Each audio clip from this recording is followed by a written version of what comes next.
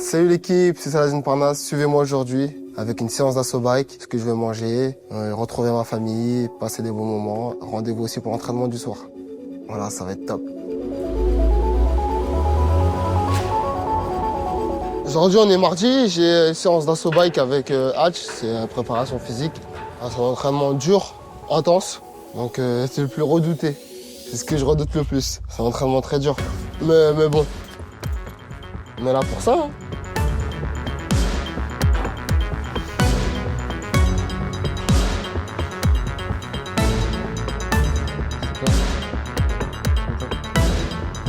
C'est toi qui as ramené les gâteaux, maman, quoi? Ils sont balèzes, hein. Moi, je pensais que t'arrives à 11h30, toi. 11h30. Jamais je vais à 11h30. T'es fou? C'est là où je me réveille. J'ai pas le choix. J'ai pas le choix. Je dois gagner un combat. Donc, même si j'ai pas envie, il faut que je le passe. C'est très simple. Hein. Et il va faire ses 3 fois 5 minutes, 10-20 à l'éco-bike. C'est difficile dans le sens où il faut garder une puissance quasi maximale le plus longtemps possible. Donc tous les mardis, à J-2 mois, on est sur l'appareil de torture qui est là devant nous. Ça va être dur de parler, hein, je te mens pas. Ah, tu veux le faire parler? Là, c'est mort. Hein.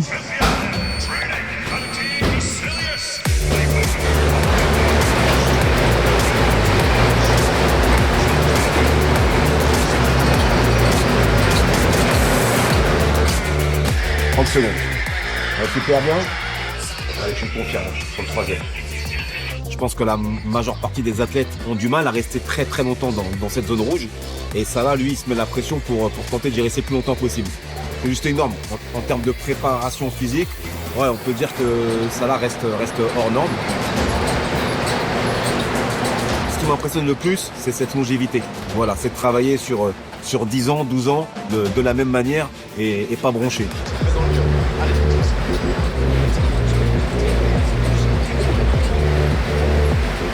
Ok, celui-là il est parfait, ça là. On reste que là-dessus maintenant, s'il te plaît. On est bon. Si t'es pas cuit, c'est que c'est pas normal. Mais non, ça t'es obligé de sortir, t'es cuit, t'es épuisé.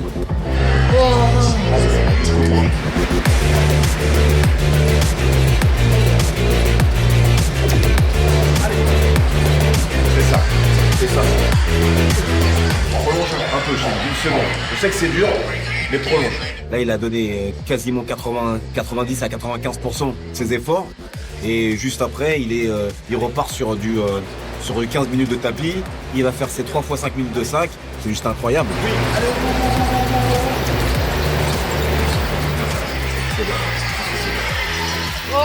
C'est bon. C'est chaud. Merci, c'est bien. Tu t'as rattrapé sur le problème. Nickel. J'en peux plus. C'est bien.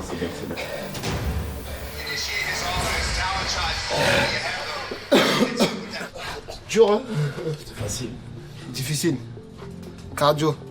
Ça m'a tapé mentalement. J'étais dans le rouge, hein. Tout le temps. Parce que j'essaye de me dépasser à chaque fois, c'est pour ça. J'essaie de repousser ma limite à chaque fois. Comme ça, le jour J, tu montes d'intensité. Et on est prêt à 100%. Oh. C'est bien, t'as donné, moi je vais lâcher, c'est bien. Salut l'équipe, c'est Amaury Wako, combattant au KSW, actuellement à 3-0. Je vous propose de passer une journée avec moi en vue de mon combat au KSW 106 à Lyon. C'est parti. Là, on est à la Old School Academy, donc à Villecreine, mon club formateur. On va commencer par le premier entraînement de la journée. Après, il y aura une petite pause et puis je laisse un peu de suspense pour la suite. Voilà, nouveau dojo avec une petite cage. Donc là, c'est la fabrique des champions, c'est là. Le salle a été vraiment ghetto, on aurait dit les salles à l'époque soviétique, là.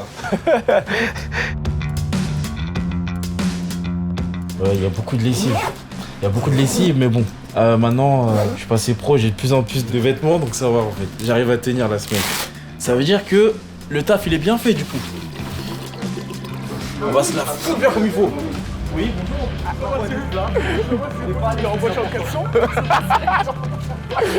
À chaque fois, c'est Kinder Surprise, on ne sait pas trop.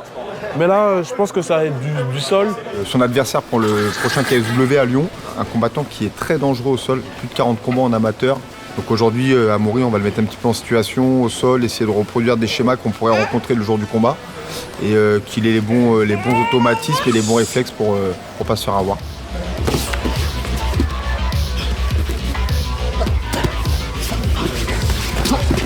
C'est bien les petites frappes, ça c'est pris. Il nous a rejoint, nous il avait déjà un beau passé de judoka. Il faisait de la compétition à un haut niveau.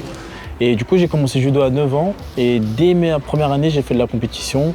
Donc j'ai réussi à avoir un titre national en cadet. J'ai fait aussi champion de France par équipe, deuxième division, quand j'étais au PSG Judo. En parallèle, j'ai fait du jiu-jitsu fighting en étant surclassé, donc j'avais 16 ans et je combattais avec les moins de 21 ans, quelque chose comme ça. Et ça m'a énormément aidé. On voit encore dans mes combats, la plupart des projections, c'est des projections typiques judo. Des techniques qui marchent très bien. Vous pourrez le voir sûrement en KSW 106 en fonction de ce que mon adversaire me donnera à manger. Quand le judoka te fait tomber, tu le sens. C'est dur, sec.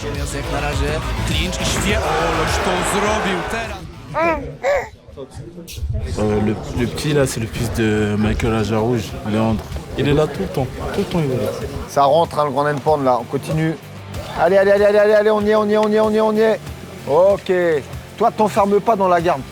D'accord, c'est compliqué de se relever avec un mec dans la garde. Si jamais le combat reste debout, il a une belle palette technique, il sait utiliser ses pieds, ses poings, mais aussi genoux, coudes. On l'a vu à son dernier combat au KSW.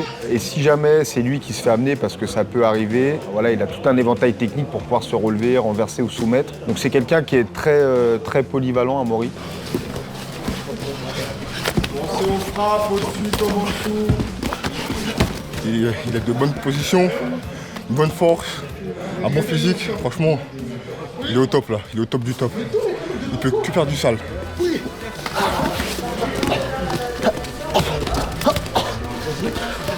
Ouais. Tu sais pas ce que je vais faire. Déjà, je suis gaucher, donc les gens, ça les emmerde déjà, de 1. De 2, je mets un gros rythme. Et puis je mets tout, je mets des jambes, je mets des coudes, je mets des genoux. Au sol, gros nez-pan, je peux passer la garde, je peux soumettre.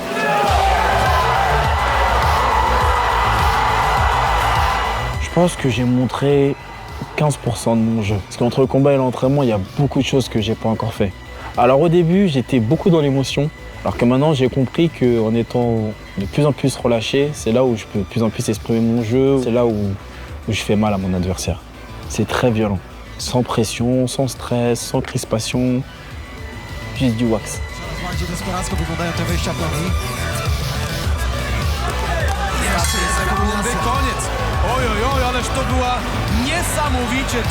C'est du programme, donc 16h15, on va faire une séance de cache contrôle. En fait, c'est une séance de drill, mi-drill, mi-intensité. Avant tout ça, je vais aller manger. Donc, je me suis concocté des petites gamelles. On se retrouve dans à peu près 15 minutes et je vous dis, je vous fais le topo.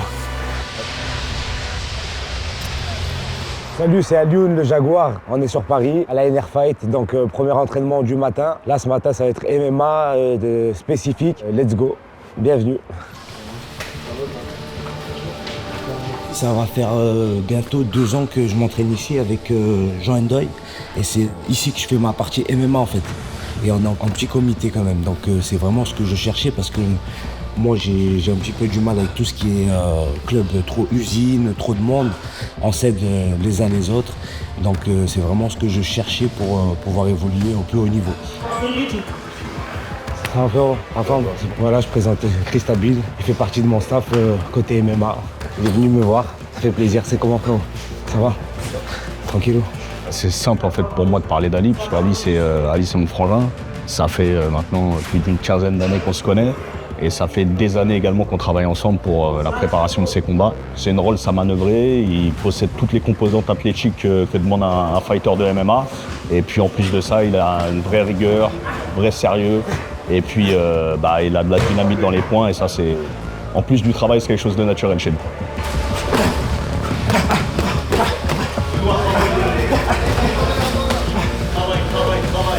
Moi, mon prochain combat, il sera au KSW à Lyon. Très content de recombattre dans cette organisation. J'affronterai Piotr Kraspak, qui est expert au sol. Ça va être un bon fight pour moi, pour montrer aussi que j'ai les compétences au sol pour contrer ce style d'adversaire-là.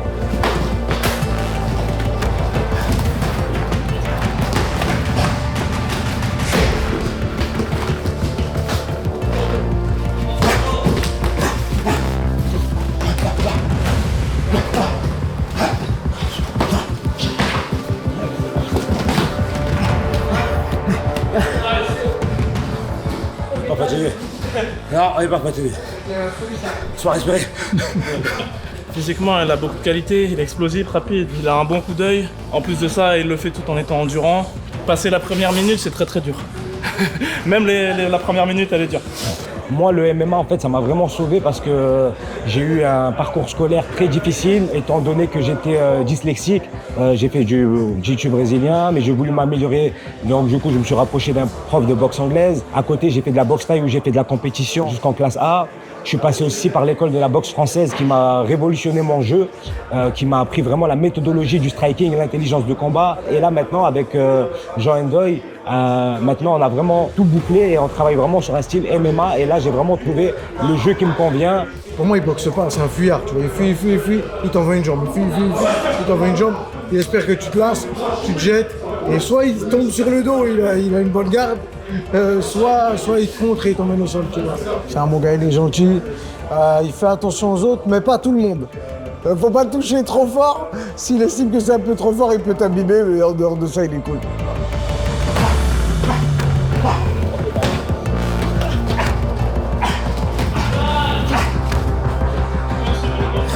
C'est un peu de la boucherie, hein.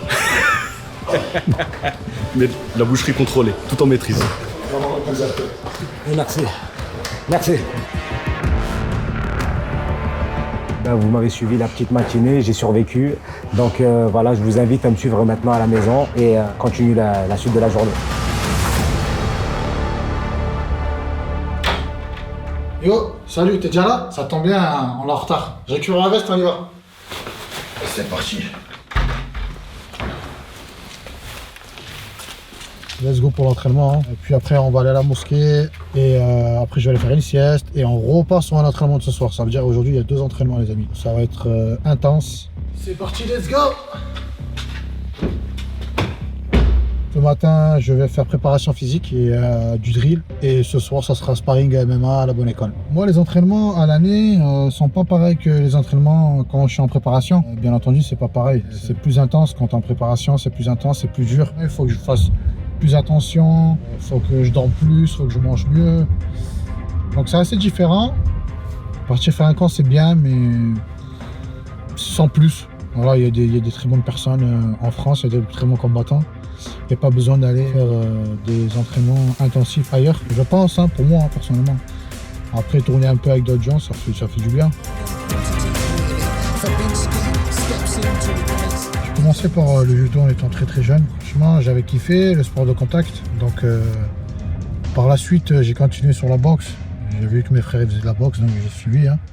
J'ai suivi la boxe et j'ai kiffé. Franchement, c'était un régal. Et après, j'ai commencé par des petits combats en MMA. Et j'ai accroché. Depuis, j'ai vraiment pas lâché. C'était un sport où je me sentais vraiment à l'aise. Le MMA était complet. Voilà, il fallait se dépasser ses limites. Et moi, j'aime dépasser mes limites. Donc j'ai accroché. Et depuis, voilà, aujourd'hui, on en est là. J'ai commencé par 77 kilos en étant plus jeune. J'étais un peu plus mince, etc. Maintenant, on est devenu des hommes. Et je suis monté d'une catégorie, je suis monté à moins 84. Franchement, actuellement, à moins 84, je suis bien.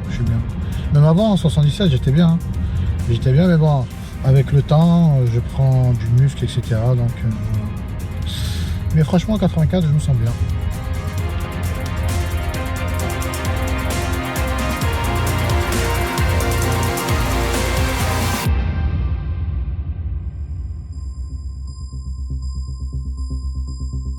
Le KSW, c'est une grosse organisation. Voilà, ils savent respecter les combattants. Quand tu signes au KSW, tu es vraiment bien accueilli.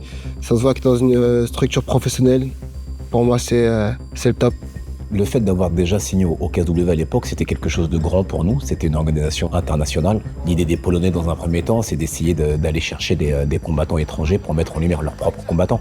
Pour te parler de la toute première fois, on n'avait pas le public avec nous. Loin de là, forcément, combattait un Polonais. Mais on leur a apporté, je pense, un spectacle supplémentaire avec la façon de combattre de Salah qu'ils n'ont pas forcément eu l'habitude de voir. Donc je pense que ça a été un tremplin pour nous et quelque chose de beau aussi pour eux. Et il fallait s'imposer, nous les Français.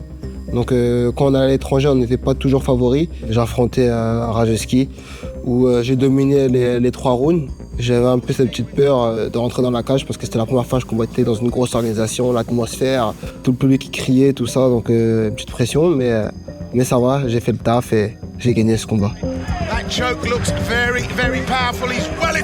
Maintenant, on entend dire que Salah prend que des plombées, ça veut dire ni plus ni moins des trompettes, soi-disant. Sauf que les trompettes, comme il est dit sur les réseaux, c'est des anciens top 5 UFC. Voilà, je pense qu'un Buchinger ne se doit pas d'avoir ce genre d'appellation. Et il y en a plein d'autres comme ça, un Gamrot, et j'en passe tant d'autres. L'UFC prend tout le monopole. Donc c'est pour ça qu'ils disent comme quoi j'affronte des plombiers. Mais bon, moi je trouve pas. Je pense que les Polonais sont même beaucoup plus forts que les Français. Mais ouais, il y a eu Blachowicz qui était champion UFC, Joanna qui était champion UFC aussi. Donc non, le niveau est là.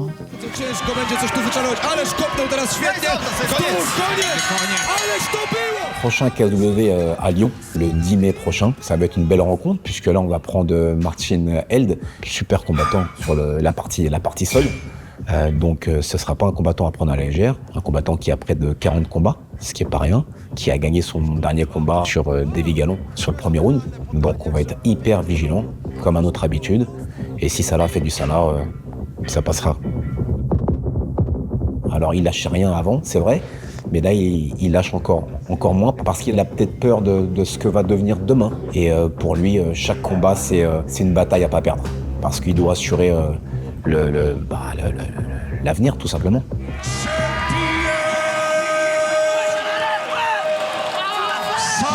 Alors pour être franc avec toi, on ne parle pas du tout anglais.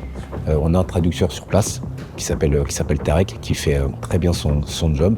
Et on n'a pas forcément besoin de maîtriser l'anglais pour pouvoir négocier avec une grosse organisation internationale. On se fait respecter de par les résultats de Saladin. Et si aujourd'hui on en est là, c'est parce que d'une part, Salah maîtrise son sujet dans la cage, et d'autre part, parce que voilà, j'ai su négocier au mieux. C'est très simple. On a un pur prodige dans la cage. Il n'y a plus qu'à dérouler et les choses sont faites. Maintenant, si tu me demandes aujourd'hui si on a le regret de ne pas parler anglais, oui, bien sûr, parce que c'est une corde supplémentaire à notre arc. Mais aujourd'hui, ça se passe relativement bien. On est tellement occupé à faire plein d'autres choses que ça ne reste pas encore notre priorité. À mes débuts, quand je marchais dans les rues de Pologne, j'étais un inconnu. Puis après, à force de battre des grands noms du KSW, j'étais très connu en Pologne, avant d'être connu en France. Donc j'avais cette notoriété-là dans notre pays. Si je devais comparer les fans de MMA français et les fans de MMA polonais, c'est différent. La culture en Pologne de sport de combat est vraiment intense comparé à ceux de la France. Je pense que dans le sport de combat en France, ça va se développer encore plus. Comme je dis, c'est tout nouveau et c'est pas fini. Il va se développer encore plus. Et j'espère que les fans seront beaucoup moins dans la moquerie des combattants. Voilà, c'est un sport difficile, c'est des coups, on est toujours dans le danger. Voilà, moi, le plus important, c'est de rester focus. Et ça me motive encore plus à me prouver à moi-même et à aller chercher des challenges encore plus durs.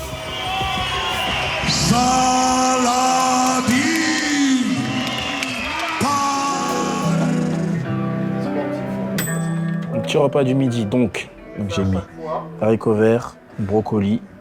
Ensuite, je me suis fait des petites frites maison, un petit burger maison, mais le pain à la place, j'ai fait avec de la patate douce. Maintenant, je vais aller bouffer parce que j'ai un peu faim quand même.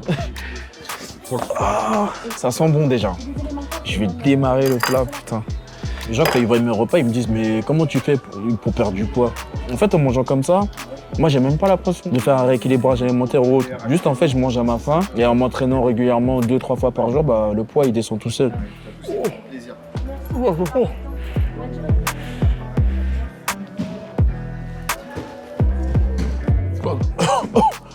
Je sens qu'il m'a débouché les narines.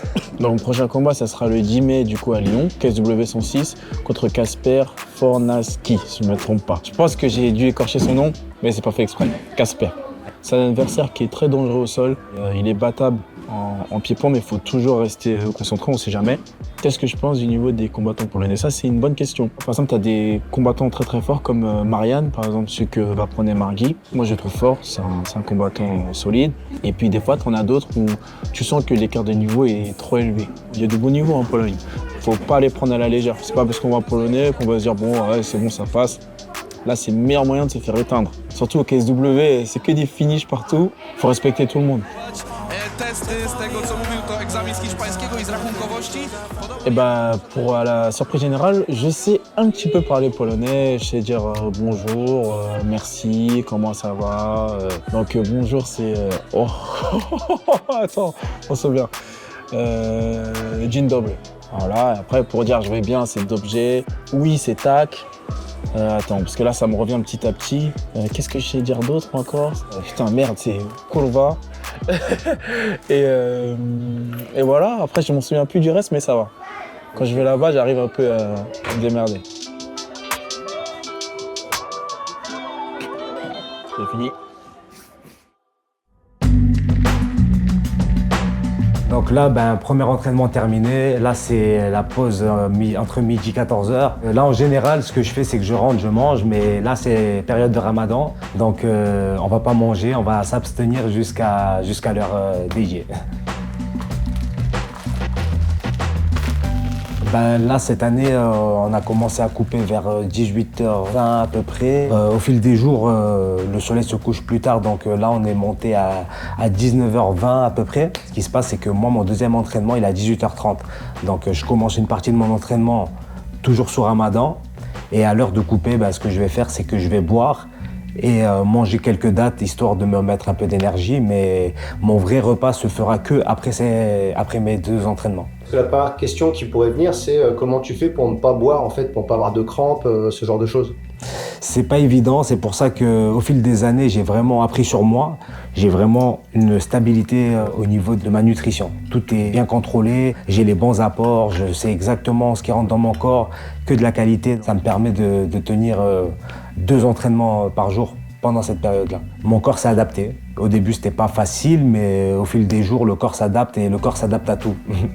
Ça me forge mentalement, spirituellement et surtout au niveau des entraînements, me confronter à des adversaires qui ne font pas le Ramadan et de voir que j'arrive à tenir tête, etc., ça me motive et ce sera un plus dans la cage pour moi. Et en fait, ce qui me conforte aussi, c'est de se dire qu'il y a des gens et c'est pour ça qu'on fait le Ramadan, c'est qu'il y a des gens qui sont dans cette situation-là, mais qui, eux, derrière, n'ont pas la possibilité de pouvoir s'alimenter comme ils le veulent. Déjà, juste en pensant à ça, on relativise beaucoup et en fait je me sens bien. En fait je sens les bienfaits qu'il y a parce que les premiers jours c'est dur, mais en fait après il y a une énergie qu'on pourrait pas expliquer qui vient et franchement à la limite on veut même pas que ça se termine parce que il y a vraiment un bien-être en fait, ça dégage carrément un bien-être. Voilà.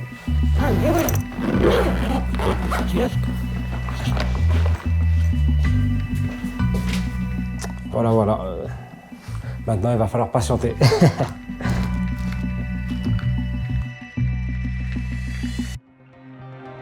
Dzień dobry, les gars, on se retrouve à la préparation là, chez Clément et Fredo.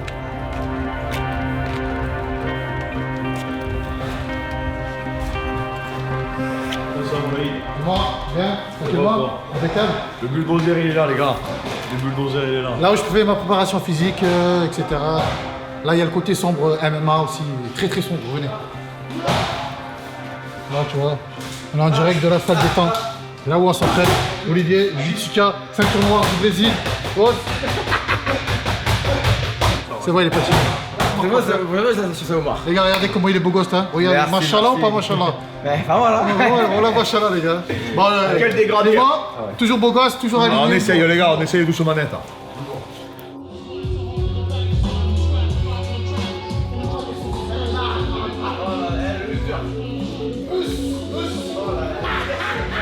Le FMC, c'est une salle où je me prépare. Je me prépare physiquement, principalement physiquement, avec les coachs Fred et Clément. C'est mes préparateurs physiques. Et c'est une salle de MMA aussi, donc je pratique aussi le MMA. On fait de la lutte, de la boxe, etc. On est souvent dans les détails, c'est très important les détails. Bam.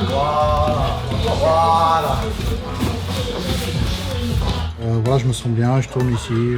On est bien, on est à la maison.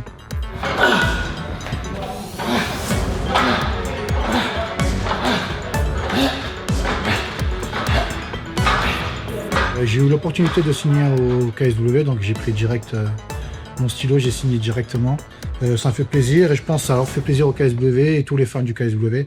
La première fois que j'ai combattu au KSW, mes premiers ressentis, ben écoute, ils m'ont bien accueilli, hein, ils m'ont bien respecté. Je trouvais qu'ils faisaient du bon show. Et voilà, j'ai kiffé aller en Pologne. Bon, il faisait froid, il y a juste ça que j'avais pas trop aimé.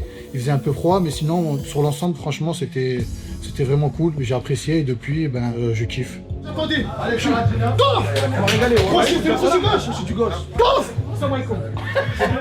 Là, avec le KSW, je suis à 4 combats, 3 victoires, une défaite.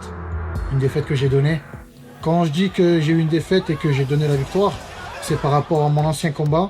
Voilà, j'ai fait un peu n'importe quoi et je regrette un peu, mais bon, c'est comme ça, c'est la vie, j'ai perdu. On avance sur le bon chemin pour l'instant et on reste focus, on reste sur l'avant.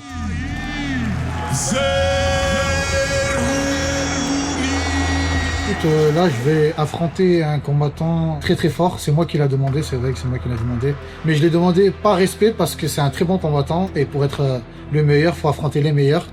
Et Damien, c'est l'un des meilleurs. Il a fait la ceinture, il a fait les JO en lutte. Et en plus de ça, il est 3e au classement du top 10. Donc c'est quelqu'un et voilà, ça me permettra d'aller chercher la ceinture. Et je sais que ça va être un bon combat. C'est un bon lutteur, mais on est prêt à tout et on est prêt.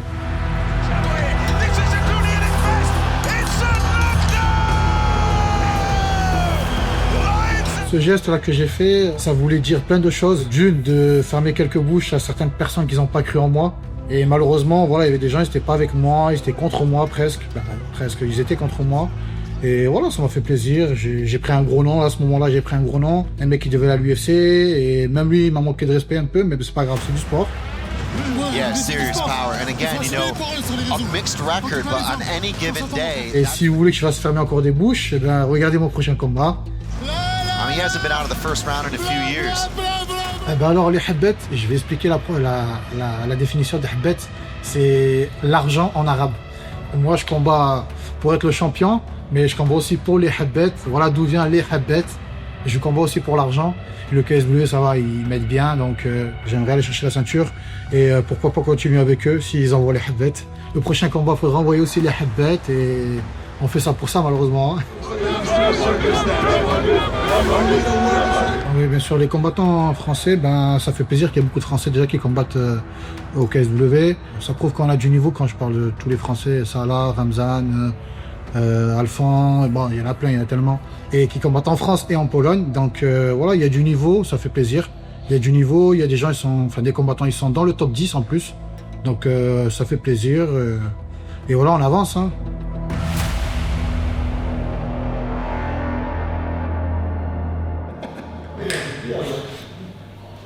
To be, honor to be the champion. That is the question.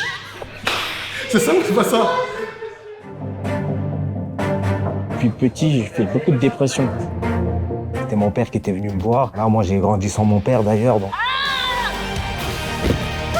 Quand il fait pas du MMA, je joue à PlayStation. Voilà. Non, t'as vu Samir? Il m'a servi comme un chef. C'est chaud. Je contrôle pas satisfait du tout. Trop d'erreurs techniques à mon goût. Hier, t'étais fort, mais quand tu perds, t'es surcoté.